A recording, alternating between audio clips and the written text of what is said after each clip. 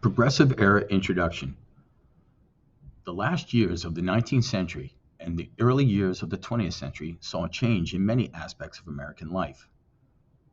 Cities were growing, skyscrapers were built, and millions of immigrants were moving into the country. Life in these cities could be difficult. Many Americans worked long hours in factories or coal mines or on the railroad, while captains of industry like Carnegie and Rockefeller earned hundreds of millions of dollars. The common man was receiving far less. Even as America was becoming the manufacturing capital of the world, there was a large amount of inequality and a growing need for change. Cities had grown in the late 1800s and early 1900s as specialized industries like steel in Pittsburgh and meatpacking in Chicago. When they grew, so did the cities.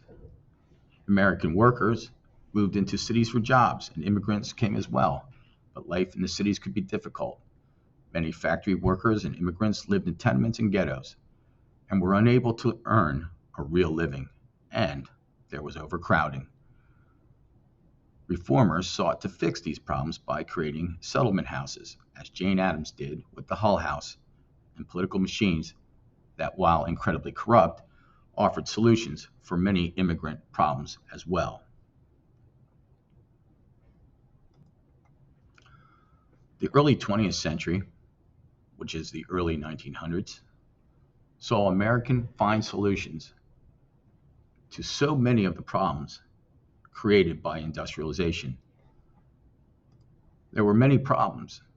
Factories were using children to do hard work, and they were making their workers work long hours and paying them very small wages. In addition, many factories had unsafe working conditions, forcing men and women into crowded rooms with few exits and sometimes no fire escapes. To solve these problems, labor unions started rising up in America, like the American Federation of Labor, AFL. These labor unions fought for rights and fair pay for the members of their union. The labor unions fought for safer working conditions, less hours working, and more pay. Sometimes these unions would ask their members to stop working until they received what they asked for.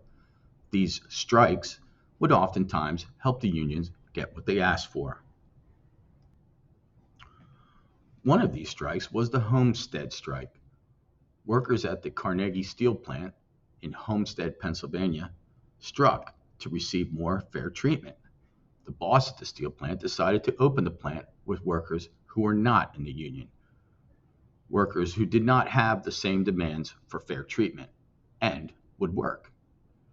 He wanted to make sure that his workers would make it to work without strikers stopping them, that he hired 300 armed guards to protect the workers coming into work.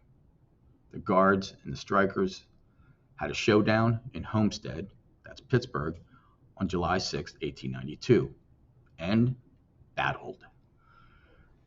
Guards and strikers alike were killed. The Union was blamed for the battle and lost any support it had in America. The strike was soundly defeated. It was a setback for the unions for many years.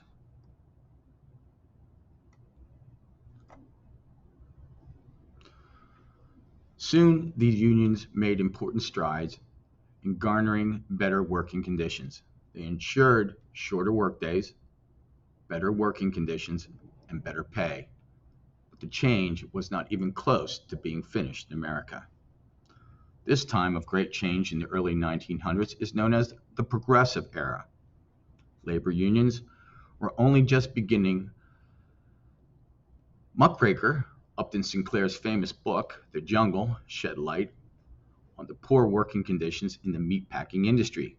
Jane Addams opened Hull House, one of the first settlement houses to open and help immigrants in tenements. Labor unions were providing support for workers, and John Muir was helping to protect the environment and creating Yosemite National Park. Meanwhile, women were fighting for suffrage, the right to vote. Led by Susan B. Anthony and Elizabeth Cady Stanton, these women fought for equal voting rights all the way until 1920, when the 19th Amendment guaranteed equal voting rights for women.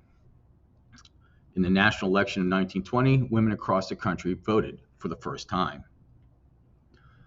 During the Progressive Era, President Teddy Roosevelt approved regulations so that the monopolies and trusts would have to break up into smaller companies because monopolies were bad for consumers and other businesses.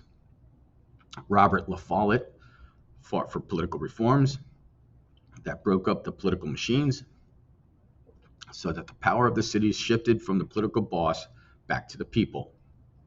W.B.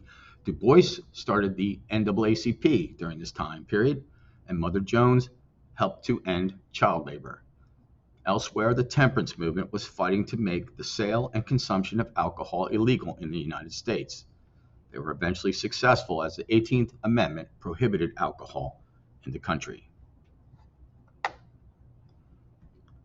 The early 1900s was a time of great change. The unfair working and living conditions in America were getting better. The manufacturing nation was becoming more equal. Monopolies were breaking up. Child labor laws were coming into place. Working conditions were becoming safer, and the gap between the wealthiest and the poorest was shrinking. There was significant change in America.